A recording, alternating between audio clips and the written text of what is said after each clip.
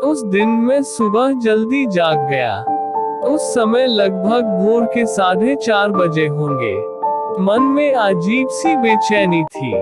खिड़की से देखा तो चारों तरफ खूब अंधेरा छाया हुआ था, शायद मोहल्ले की बिजली चली गई थी। मन में थोड़ा संतोष हुआ कि चलो मेरे घर में इन्वर्टर लगा है। पिताजी आराम से सो रहे होंगे। धीरे धीरे सुबह का उजियारा हुआ। मैं जल्दी से ऑफिस जाने के लिए तैयार हुआ। नाश्ता बनाते हुए मैंने पिताजी को आवाज दी, पिताजी 5 मिनट में नाश्ता तैयार हो जाएगा, आप जल्दी से आ जाए, अखबार बाद में पढ़ लीजिएगा। आज दूध नहीं आया है, मैं शाम को आते समय ले आऊंगा। हम दोनों ने साथ में नाश्ता किया। मैंने गैराज से कार निकाली और फिर ऑफिस के लिए निकल पड़ा। मेरा ऑफिस अशोका एवेन्यू की 5वीं मंजिल में है, जो दीनदयाल मार्ग में पड़ता है। मैं ख्यालों की उधेड़ बुन में उलझा सा अपनी ही धुन में जा रहा था कि तभी एक ट्रैफिक हवलदार सामने से आ गया। उसने कहा कि तुमने सिग्नल तोड़ा है, अब तुम्हारा चालान काटूंगा। जल्दी से गाड़ी के कागजात दिखाओ। मैंने समझाने व बहुत कोशिश हुआ, लेकिन वह नहीं माना। आखिरकार उसने मेरा चालान काट दिया। जैसे तैसे ऑफिस पहुंचा तो देखा, अरे आज तो लिफ्ट खराब है, इतनी गर्मी में सीढ़ियों से जाना पड़ेगा। लगता है कि आज का दिन ही खराब है। मन में सोचा कि चलो कोई बात नहीं, आज सीढ़ियों से चलते हैं, सीढ़ियां कब काम आएंगी। ऑफिस की सीढ़ियां चढ़ते हुए दिल जोरों से धड़क रहा था। जैसे ही मैंने ऑफिस में कदम रखा, वैसे ही 2 दिन पहले शनिवार का घटनाक्रम आंखों के सामने आ गया। आज मेरे साथ कुछ ना कुछ तो जरूर होना था, चाहे तबादला या चाहे। मैंने कभी भी सोमवार का इतनी बेचैनी से इंतजार नहीं किया। फिर अपनी टेबल पर पहुंचकर मैंने देखा, वहां एक लिफाफा रखा हुआ था, जिसके ऊपर लाल रंग से लिखा था, मोस्ट अर्जेंट। मेरे दिल की धड़कन बढ़ चुकी थी और कांपते हाथों से मैंने वो लिफाफा खोलने की कोशिश की, लेकिन घबराहट की वजह से लिफाफा मेरे हाथों से नीचे गिर गया। मैंने लपक कर जल्दबाजी से उसे उठाने की कोशिश की कि अचानक तभी मैंने अपने कंधों पर किसी का हाथ महसूस किया।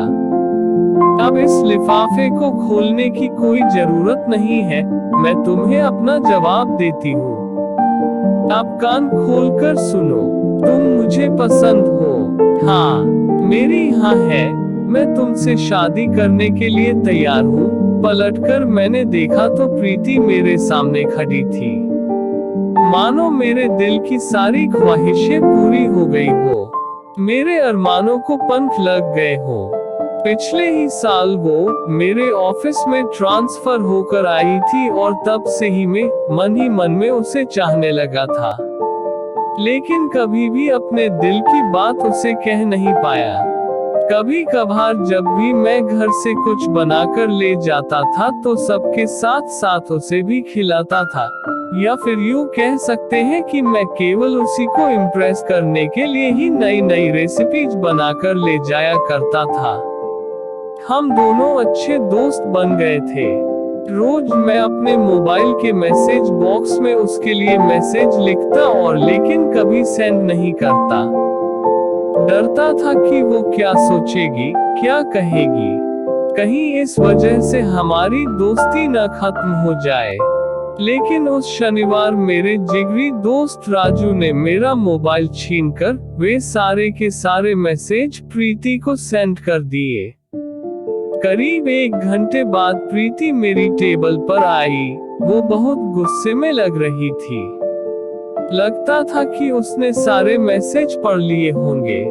उसने मुझे एक शब्द भी नहीं कहा। उसने एक फाइल को उठाकर जोर से मेरी टेबल पर पटका और सीधे बॉस के केबिन में चली गई। मुझे लगा शायद अब इस ऑफिस में मेरे दिन पूरे हो गए। अब मुझे नई नौकरी की तलाश करनी पड़ेगी। मेरा पूरा संडे बड़े ही तनाव और चिंता में गुजरा। क्या होगा मेरे साथ? क्या प्रीति और मैं पहले की तरह अच्छे दोस्त बने रहेंगे? क्या करूं? अरे, तुम कहाँ खो गए? ऐसे कोई प्रपोज करता है? कुछ पता भी है तुम्हें? प्रीति ने कहा।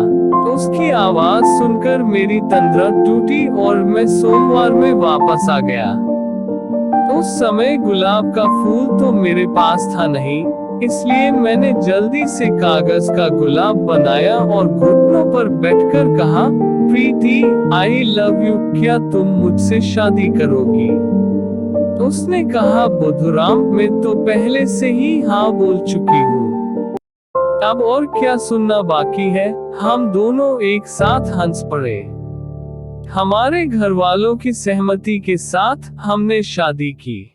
आज हमारी शादी को 5 साल हो गए हैं और हम अब 3 से 5 हो गए हैं। पिताजी, मैं, प्रीति और हम सबका लाडला जलज और चैन। उम्मीद करता हूँ आपको यह कहानी पसंद आई होगी।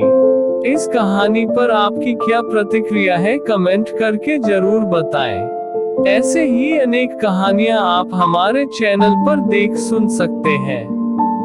इसके लिए आपको हमारे चैनल को सब्सक्राइब कर ले। धन्यवाद।